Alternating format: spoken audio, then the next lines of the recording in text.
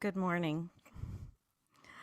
Thursday was International Holocaust Remembrance Day, commemorating the victims of the Holocaust. Nazis murdered 1/3 of the Jewish people and countless members of other minorities. January 27th, 1945 was the date that Auschwitz concentration camp was liberated by the Red Army. Today, I will be sharing with you a nocturne called Reminiscence by Polish composer Frédéric Chopin.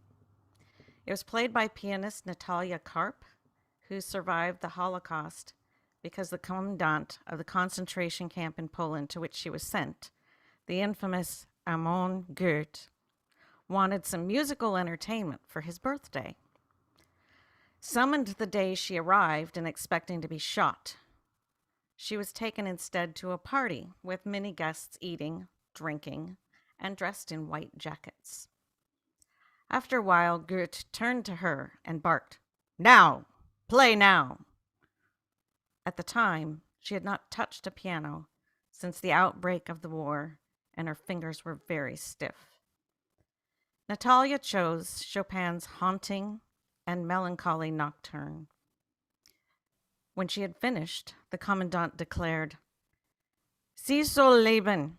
She shall live!" The pianist then stood her ground, insisting that her sister Helena should also be spared. He agreed. She was subsequently ordered to play for him and other senior Nazis on several occasions, but her ordeal was not over.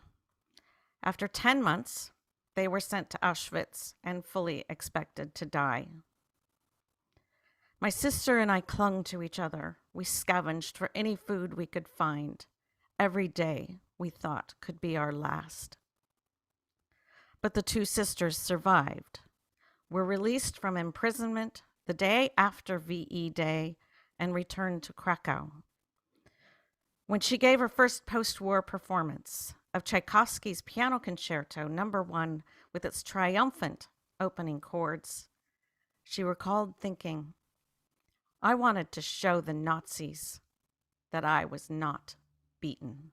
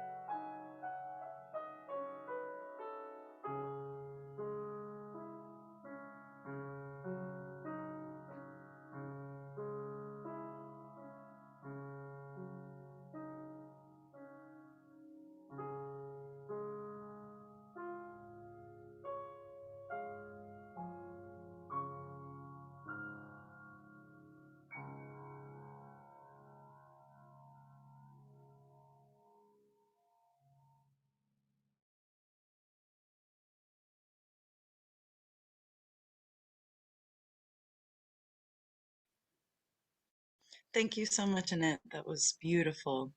Welcome to the Humboldt Unitarian Universalist Fellowship. This is our virtual service Sunday and with our Muse Returns. Please notice that you are muted. However, at the end of our service, we will have a virtual coffee hour where you will be able to converse with fellow congregants. And please remember to share your joys, sorrows, and celebrations and concerns if you wish today in the chat for everyone to see, and we'll drop a pebble for you at that time of ritual. And without further ado, I'd like to introduce our worship leader for today, Pat McCutcheon. Good morning and welcome to the Humboldt Unitarian Universalist Fellowship, an open-minded, open-hearted spiritual home for everyone who values acceptance for all people and care for all life on earth. I'm Pat McCutcheon, your facilitator for today. Thank you so much for joining us online, and we humbly acknowledge that we are on ancestral Wiyot lands. We're here today to celebrate poetry and the joy and comfort it brings to us in this time of uncertainty and distress. The poet Marie Ponsat asserts that there's a primitive need for language that works as an instrument of discovery and relief that can make rich the cold places of our inner worlds with the memorable tunes and dreams poems hold for us.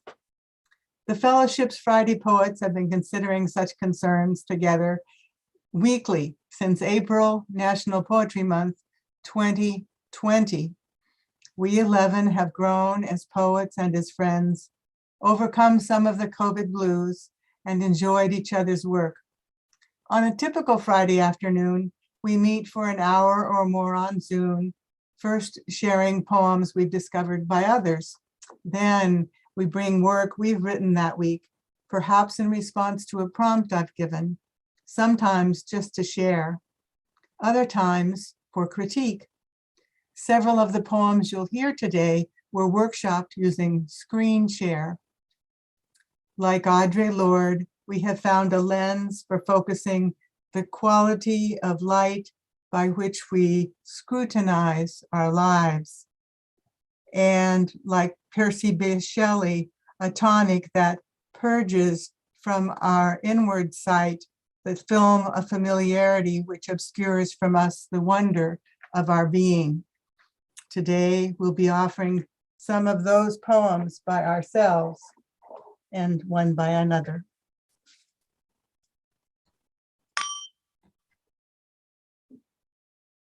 The sound of the bell now calls us to a spirit of reverence, and Anne Kilby will help us open sacred space.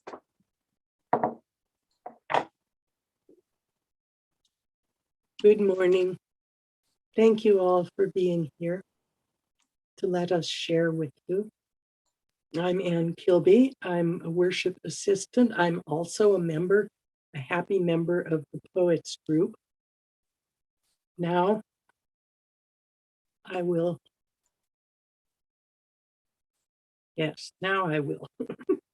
light our chalice for the day.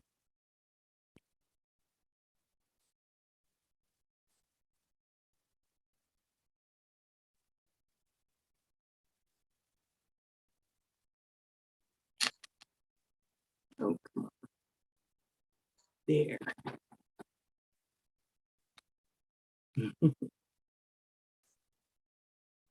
And with these words, open sacred space. This poem, Untitled, is by the Canadian poet Richard Dwaran.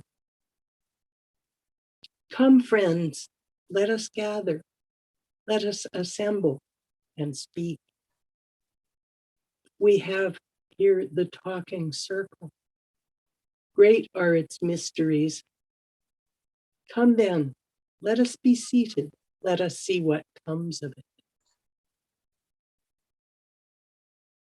Do you hear the silence? The silence is the secret. The secret is sacred. Because of the circle, we have words. With our words, we break the silence. Breaking the silence releases the secrets. This is how the mysteries are revealed. Mysteries are forever. Come then, let us gather, let us assemble and speak.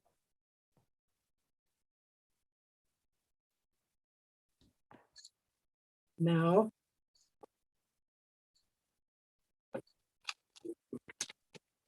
we'll keep this here, but now let us renew together our aspiration. If you need the text, it's shown on your screen now. May love be the spirit of this fellowship. May the quest for truth be its sacrament and service be its prayer. To dwell together in peace, to seek knowledge in freedom, and to help one another in fellowship. This is our aspiration.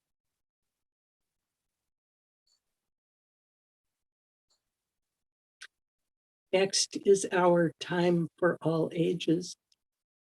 In this case, today, it's a poem for all ages.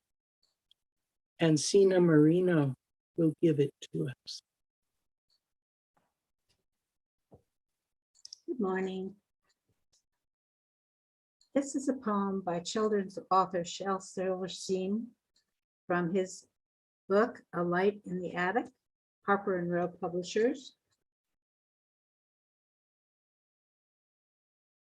And the title of the poem is What If? What if?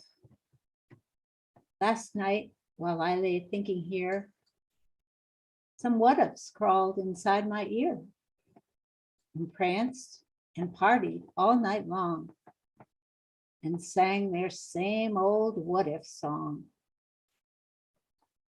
What if I'm dumb in school? What if they've closed the swimming pool? What if I get beat up? What if there's poison in my cup? What if I start to cry? What if I get sick and die? What if I flunk that test? What if green hair grows on my chest? What if nobody likes me? What if a bolt of lightning strikes me? What if I don't grow taller? What if my head starts getting smaller? What if the fish won't bite? What if the wind tears up my kite?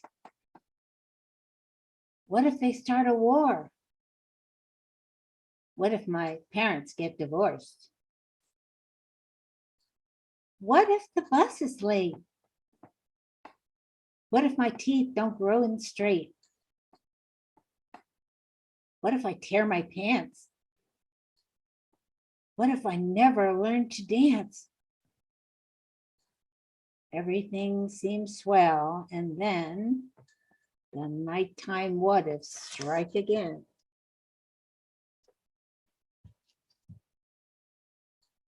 Now let's hear from Laurel Busse.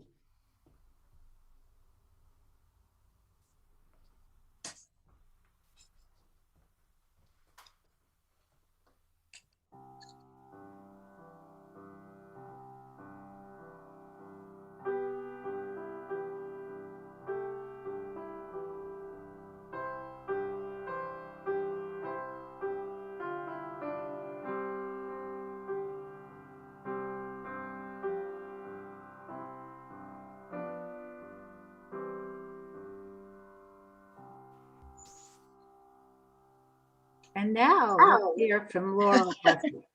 Thank you, Cena. I just love that song. Good morning, everyone. It's good to be here. I have a couple of senru for you. Senru are 17-syllable Japanese poems. The first one about sums up where I am at 86. I regret the past and I fear for the future, but for now, I rejoice. Thank you. My favorite Bible verse is in Psalms 30. It goes, weeping may tarry through the night, but joy comes with the morning. So I wrote this, since the Bible says that joy comes with the morning. Let's get up early. Thank you. And here's our friend Marla West. About that. I too wrote a poem, and the name of my poem is Yellow Silk Pajamas. I was fortunate to grow up on a small farm in Oregon, Depression era. Of course, we didn't have a lot of things, but there was a lot of love there. And my mother grew and made everything we ate and wore. And my father had a small meat business. And it was lovely. I remember that time, and I wrote this poem over about a very favored memory. I was very into music then and always have been. So Yellow Silk Pajamas. For months, I'd been practicing Chopin's Fantasy Impromptu, riddled with scales and arpeggios and credenzas. Now I'm on a bus to Eugene for a state piano competition. Big event for a country girl of 15. On campus, in a gigantic hall on rolling greens, staccato footsteps echo as we find our seats. Competing with strangers, evaluated by professionals, nervous but relieved. I had done my best. Afterwards, a group of us explore local shops, laughing and joking with delight. Never having worn clothes my mother hadn't sewn, I made my purchase and we headed for the bus. Home late, parents asleep, one dim light welcomes me. A lovely new couch replaces the old horsehair one. Quickly unwrap the purchase, slip into my new yellow silk pajamas. Comfort settling over me, I drift into sleep, remembering my highest honors. Thank you. And now I'll introduce Jean Munsee with her poem. Thank you, Marla. The title of this poem is Psalm 8. I'm going to begin by reading just a few lines from the King James Version of the Bible. What is man that thou art mindful of him? For thou hast made him a little lower than the angels. Thou madest him to have dominion over the works of thy hands. Thou hast put all things under his feet. It came in the middle of the night, thrashing and howling like a mad dog released from its chains, on a rampage and wreaking revenge. Buildings destroyed and reduced to rubble, trees snapped and piled like twigs in a game of pickup sticks, power gone, no lights, no gas, no heat, and no way to escape as cars and buses piled on top of themselves, angled and protruding, casting haunting shadows in the dawn light like a grotesque memorial to people trapped, dying and dead beneath the wreckage. And so again, we see our place in the universe, a little lower than the angels, holding dominion over all creation, not today in Kentucky. And now I welcome back Ann Kilby.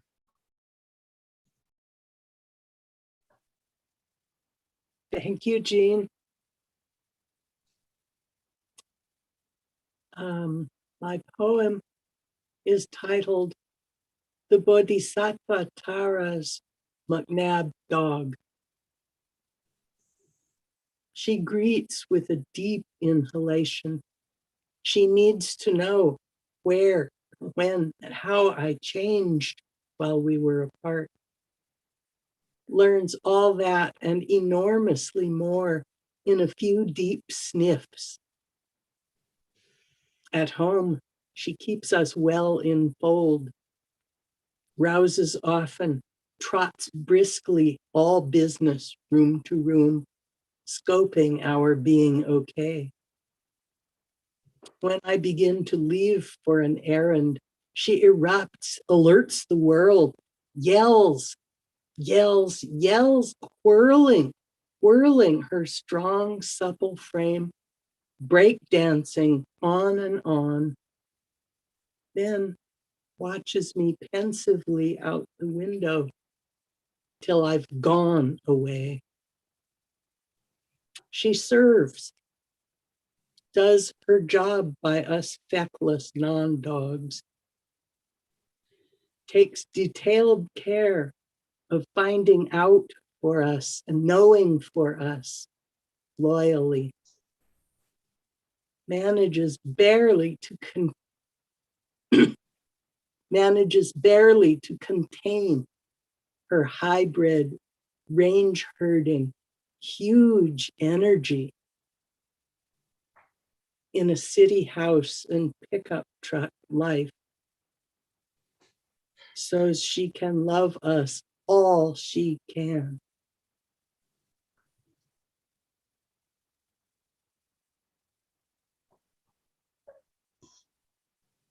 And now Jenny Hanson will favor us.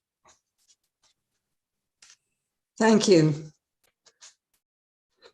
This poem originated in one of Pat's prompts to write a poem in the form of a lullaby. It emerged unbidden, illuminating my time with my sister shortly before her death of cancer, and revealing to me the complexities of my love for her. Lullaby for Sarah. Oh, is there a lullaby for your deep, roaring pain? It seems there's no respite and you need to be whole. I look for a way to be with you now. It needs to be calming, but it needs to be real.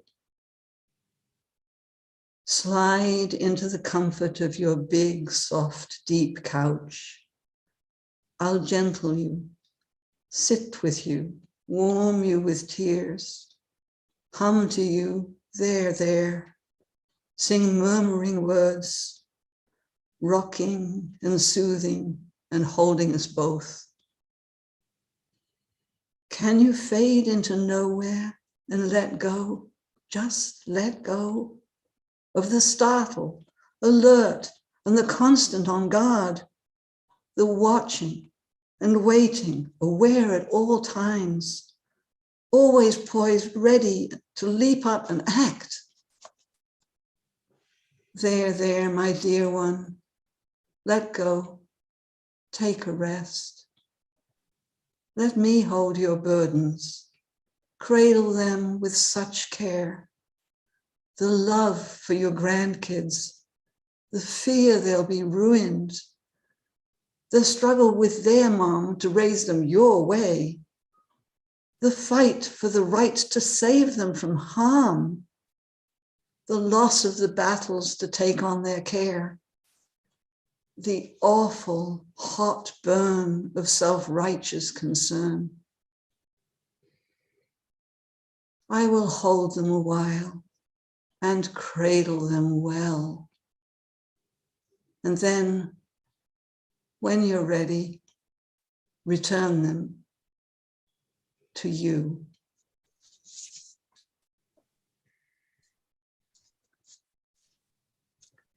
Now, Debbie Harrison will play her recorder. Thank you, Jenny. That is beautiful. I chose a folk dance that was preserved by a man named Susato It's an anonymous piece, and it's a 16th century dance. And what is music but poetry without words?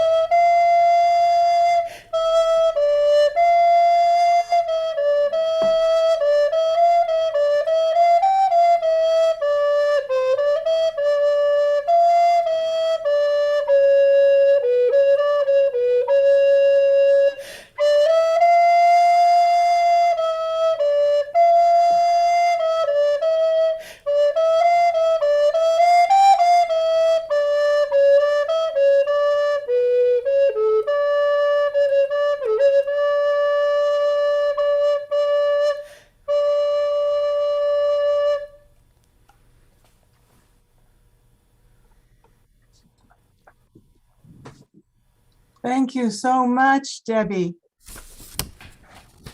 That was lovely. And now, please consider for a moment what is in your heart. Do you have a worry, a concern, a delight, or a joy you'd like to share? If so, write it in the chat and send it to me, Pat McCutcheon, and I will drop a pebble for each joy or concern that the ripples, so the ripples can spend from this water to all of us. Now let me find the chat.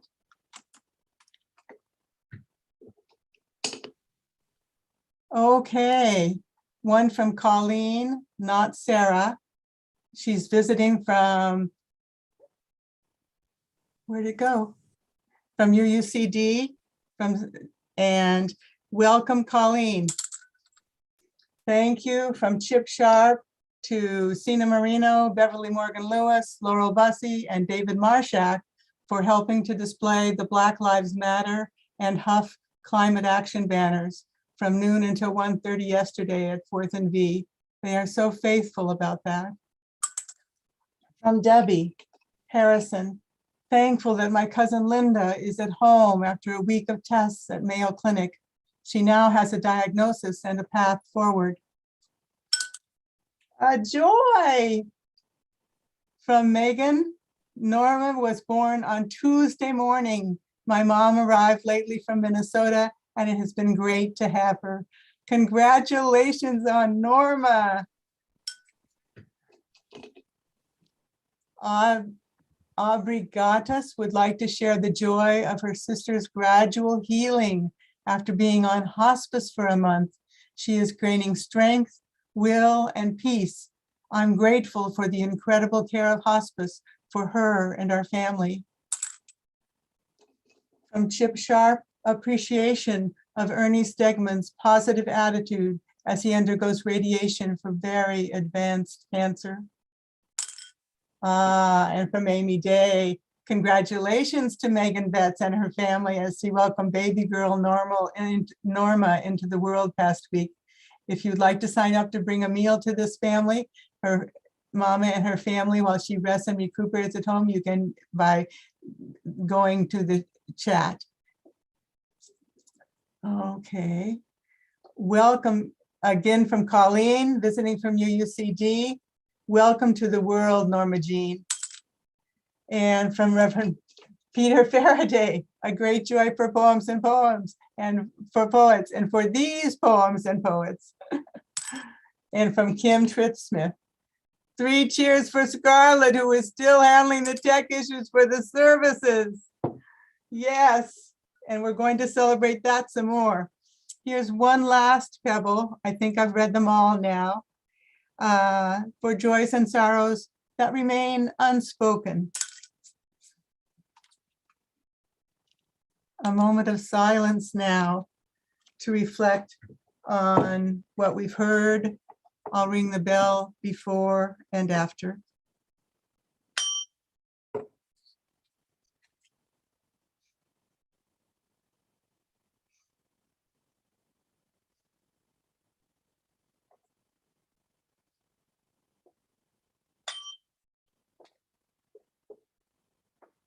Now we'll hear from David Marshak.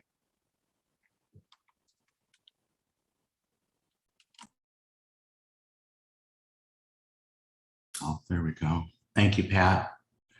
So I have two poems to share with you this morning. I originally only intended to share one, but my poetry colleagues insisted that I share the second one as well. And I learned long ago that when you have 10 women telling you to do something, you better do it. So the first one, many of you know, or some of you know, that I live on V Street in Arcata. And to the west of me, there's several miles of farm fields. And so I've become very much a watcher of geese, because there are many, many geese out here that I get to see through my window. So this poem is called "It's Because They Can't Fly."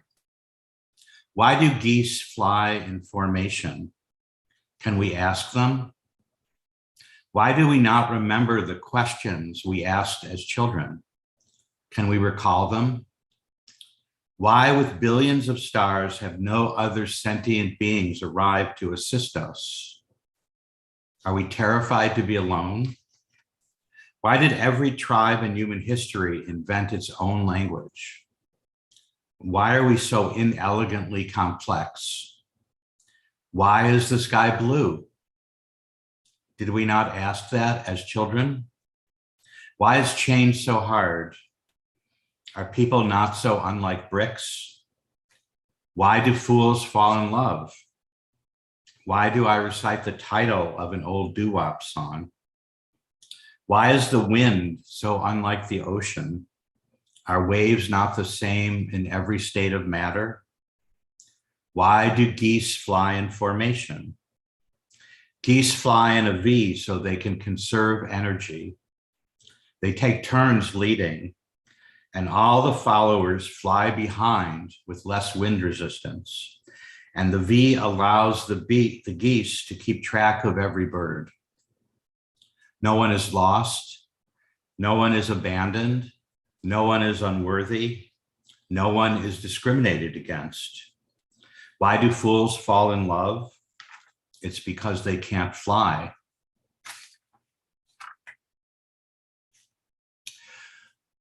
Thank you. So the second poem had to do with my encounter with a houseplant, and it'll explain itself, I think. It's called "Flee the Wandering Jew."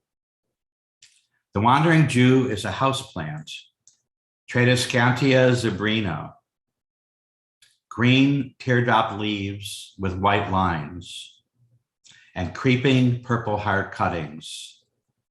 $5.99 on Etsy. Tradescantia are hardy. They grow in woodlands and fields all across the American continent and right here in your kitchen. Zebrina violet, soft purple. They call it the wandering Jew because one of the men who taunted Jesus on his way to the cross was cursed to walk the earth until the second coming. This Jew first went public in Armenia in the 13th century. He showed up in Hamburg in 1542 and later in Madrid, and in stories from Chaucer and Samuel Clemens, and then again in Salt Lake City in 1868. So here's the bottom line. The Jews rejected Jesus, so they were condemned to be named a common houseplant. Better to be a houseplant than a demon who drains the blood from Christian babies. Do you have a wandering Jew in your kitchen? In the kitchen, the wandering Jew can finally rest. Home at last, home at last. Great God Almighty, we are home at last. And now we'll hear from Cena Moreno. Pat offers our group ideas for poems each week, often by previewing the assignment with 1 or 2 poetic examples. And I really need that because I'm a beginning poet. An assignment to write about what is in your heart resulted in this poem, and I called it The Gallery of My Heart.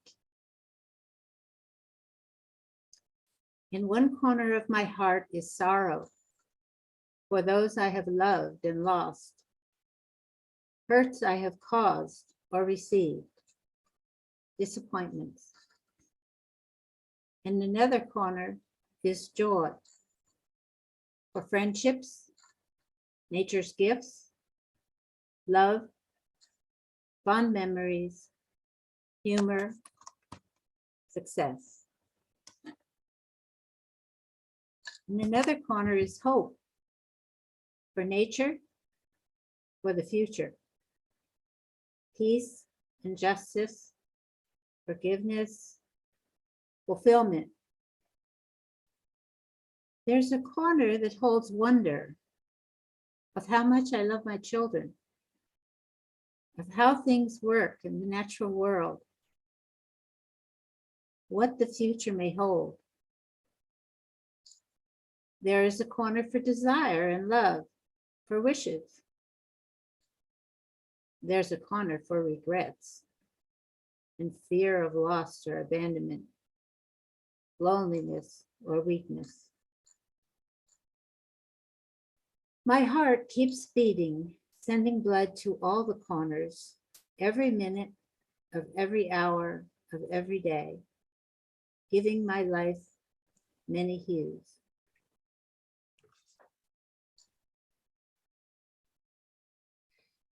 Thank you, Cena. Thank you for sharing with us what was in your heart.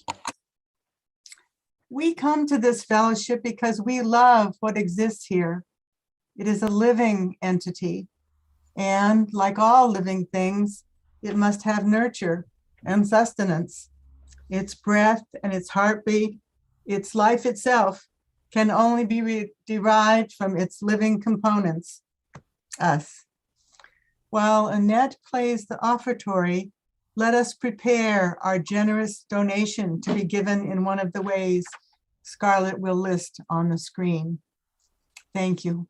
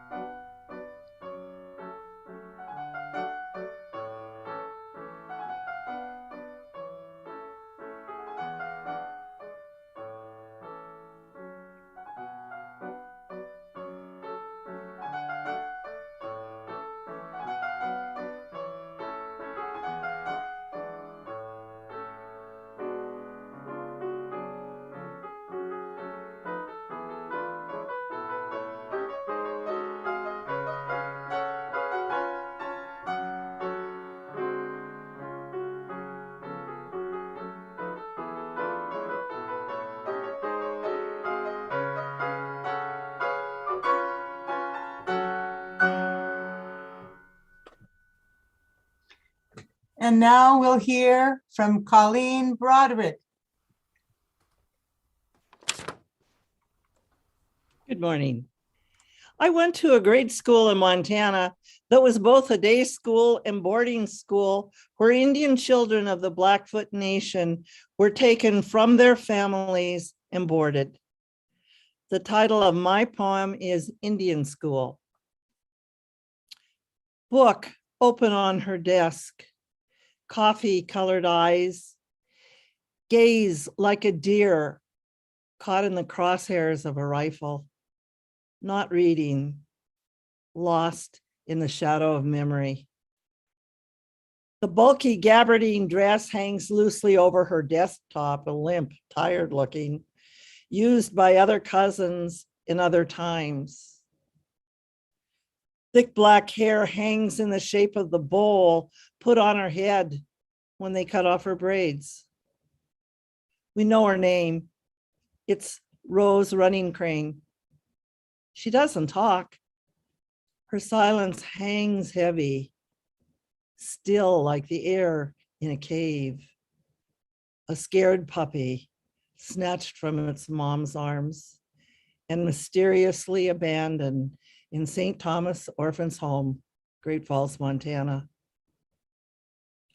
Nuns in long dresses with crucifix hanging on their chests, rosary beads click buried in the flowing skirts when they walk. She stiffens when the sound alerts her to their presence. On the res in Browning, Montana, frigid winds howl over the plains. It's 20 degrees below zero. In a winter like this, Uncle Louis almost froze to death when he ran out of gas. Earl can't get to school either, too cold. Aunt Noni was on the tribal council when the old bus fell apart. No money for a new one. Hard for Mom to get firewood too. Did she get enough for the winter? She needs my help. I always help her.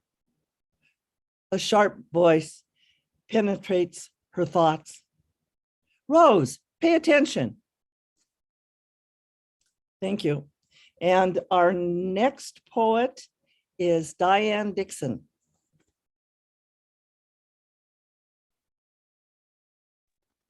Thank you, Colleen.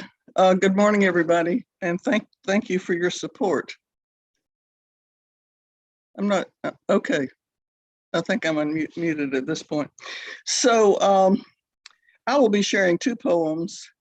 The first is a brief poem which emerges from my childhood experience on my grandmother's farm, and the title is Childhood. Broad expanse of lawn at dusk, fireflies caught in mason jars. Cicadas fill the dawning night. Darkness whispers shadowed stories. Windows speak in silhouettes. Leaves move slightly with the breeze.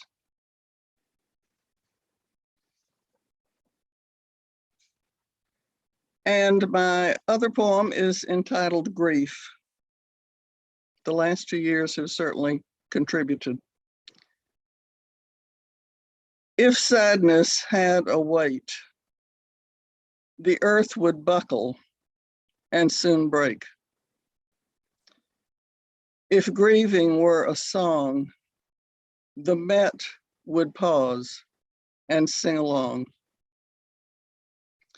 If regret became a light, the sun would be a safer sight. If human heartache has no end, black holes will offer space to mend. Our next poet will be Debby Harrison.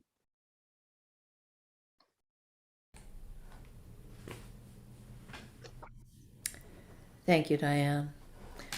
My poem was written as a response to Pat's prompt to write a poem about a place.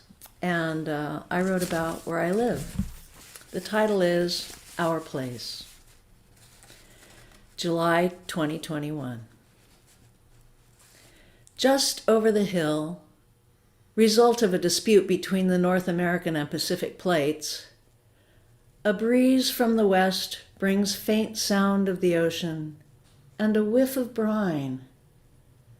A creek runs through the length of the valley where Coho once ruled, now rarely glimpsed. Traditional territory of the Potawat band of the Wiyot, no remnant of a village can be found, perhaps lost in logging and settlement. Soil compacted from stacking those logs in our flat yard.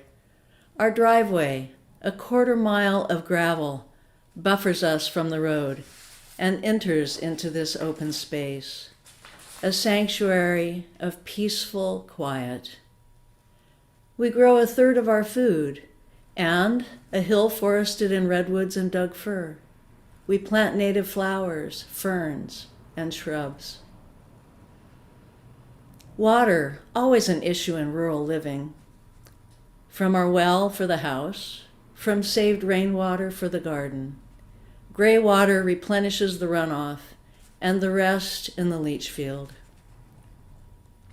Electricity from panels on the roof fuel the car and the house, and the rest feed into the grid.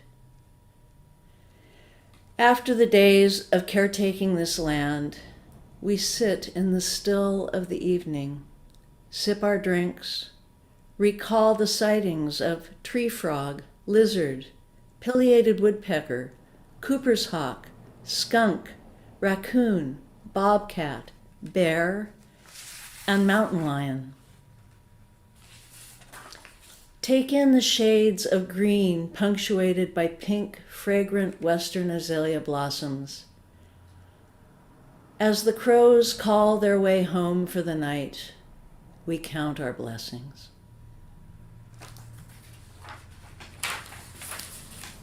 And now Pat will read her poem for us. Thank you so much, Debbie, for taking us to that lovely place. The poem I will read is one that was workshopped with the group, and it tells a chapter in my journey from being raised fundamentalist to choosing to become Unitarian Universalist. It's called Bombay Blessing.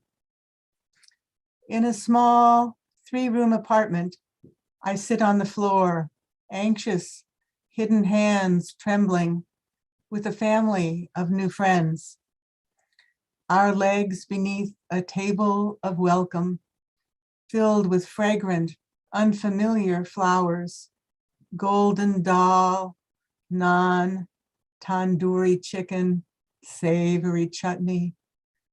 Demure mother with lowered eyes and orange sari, father's dark hair silvering his temples. Long-lashed teenaged son who begged me to come when we met at his university. Before, on the ship to India, I had read the Bhagavad Gita with its disconcertingly familiar stories of a devastating flood and coat of many colors. Heard again my nagging internal questions. Now, heart careening around my chest, I close my eyes a few seconds, remembering those sweaty Billy Graham crusades, him demanding I be born again, recalling too all those damning white-haired preachers during mandatory chapel 3 times a week back at my evangelical college in California, pronouncing such a Hindu family would burn in hellfire. Soon, I return to their magnanimous welcome here, and aromatic incense awakens my nose, my heart, with sacred scent of sandalwood, myrrh, and frankincense, like those long ago wise kings lavished on the baby Jesus, who blesses this family, so like his own. Now we get to hear again from Jenny Hanson as she reads another's poem. First of all, thank you so much, Pat. It's very moving. This poem is entitled Hope by Lisel Mueller. The reason that I'm reading it is because I've just come through some threats to my life, and thinking about that medically, thinking about that, I was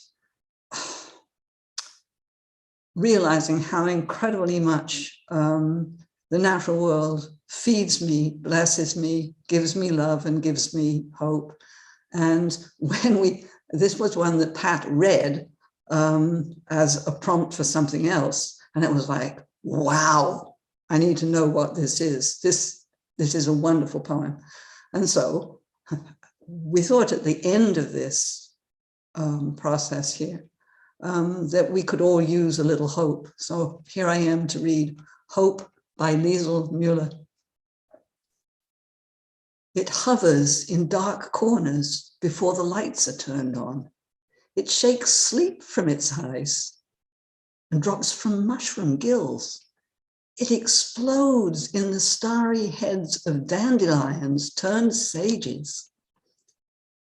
It sticks to the wings of green angels that sail from the tops of maples. It sprouts in each occluded eye of the many-eyed potato. It lives in each earthworm segment, surviving cruelty. It is in the motion that runs from the eyes to the tail of a dog. It is the mouth that inflates the lungs of the child that has just been born. It is the singular gift we cannot destroy in ourselves, the argument that refutes death, the genius that invents the future, all we know of God. It is the serum which makes us swear not to betray one another. It is in this poem trying to speak. And now I'll turn the program over to Amy Day. Amy, you're on. Good morning, everyone. Thank you. This has been a really soul nourishing hour. I'm just really continue to be blown away. It's a beautiful ministry you do, Pat, with holding that space for all this beautiful creativity to flourish and come forward. So thank you all for sharing that with us today. It is my honor and privilege to open up this time here to bid farewell to Scarlett. And it's been kind of a long, protracted farewell as we have continued to need her to continue to do this work as we search for her replacement. And I just want to say, as we all know, we cannot replace you, Scarlett, because the presence and the skills and the love and the heart and the spirit that you bring to this fellowship are irreplaceable, and we will miss you in so many ways. The best we can hope to do is just to bring someone who can learn what you do with all of your technical magic on any given Sunday and do that with competency and grace, even just a percentage of what you bring. So thank you. As we have a virtual room full of poets here, I want to extend a couple of prompts to you. And the first one is, I want to invite you right now, we're going to do a little experiment and do kind of a found word poem together. So if you would like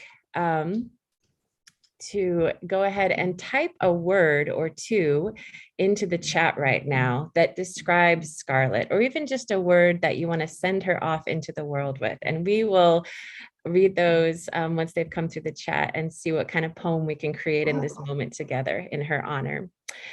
I want to invite you also to Scarlett, I think she's got a slide for us here. So Scarlett is not leaving our area for another few weeks. She's got more adventures to come, but we want to send her off in style. So we are, there is a large card that's going to be in the office over the next few weeks. If you want to stop by, bring in your own card or just add some words of your own so that she can take this with her and know how loved and valued she is and have a living history, living memory of that. Monday through Wednesday, 10 to 5. Feel free to stop by the office. We're also collecting donations if you want to give her a little extra gift just to help her be well gifted into the next leg of her adventure and journey. So there's her Venmo information if you are skilled in the digital realm of gifting, or you can see there's a little jar and we're collecting donations for that as well. With that, let's go ahead and see what we've collected here in our found word poem. When we think of Scarlett, we think of peace, we think of love and joy. We know that she's dynamic and kind. We think of her enthusiastic support. We know that she's heartfelt and fun, and she's like a fresh breath of air, the spirit of a dancer, and she's amazing. We think of her enthusiastic expertise, her patience, and her quirky and so bright and beautiful spirit. This is what we think of when we think of Scarlett. And I want to go ahead and just end our time. Thank you, everyone, for participating in that little experiment with me and for those beautiful words. And I want to just send it off with a poem written by our own multi-creative administrator, Bridget Garuti. These are words that she penned for Scarlett today. A poem for Scarlett by Bridget. Scarlett, crimson raven of light, collecting the shiny bits, reflecting them back, the circus performer juggles, spinning her plates while tossing gifts to the audience. She asked that we dance with her, but now she must fly. The next circus is calling. We will dearly miss her. We love you, Scarlett. Thank you so much for being such an invaluable part of our beloved community. You shall be missed. I want to hand it over just to end our time now to Anne Kilby to extinguish our chalice. We thank you all for your artistry and for being here with us today.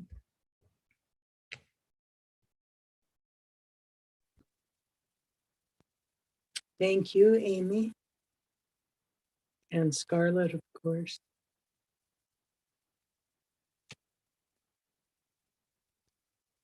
So now we come to closing our sacred space and our service.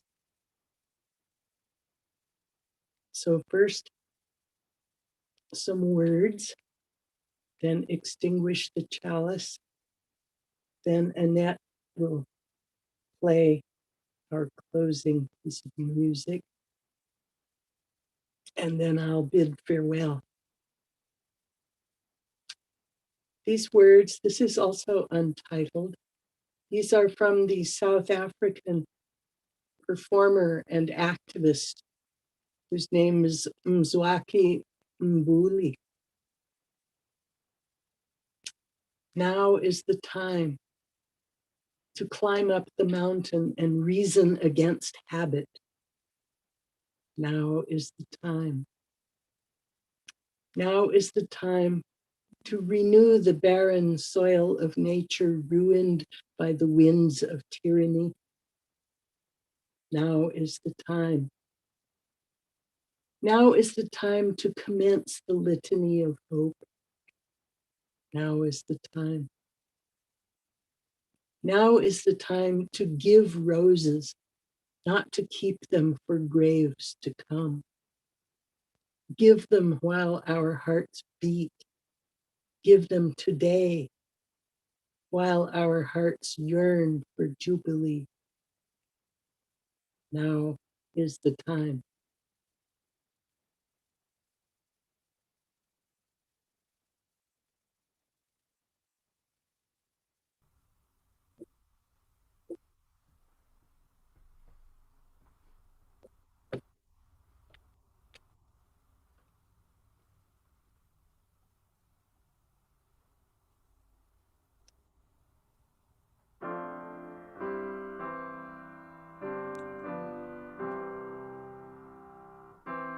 From you.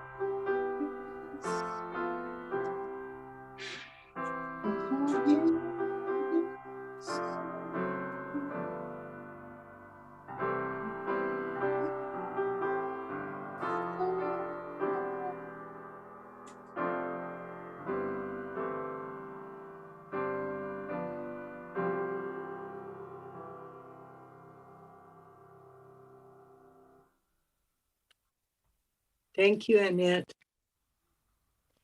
Please, everyone, keep safe and keep all of us safe. Shalom. Assalamu alaikum. Blessed be. Amen. Ashe.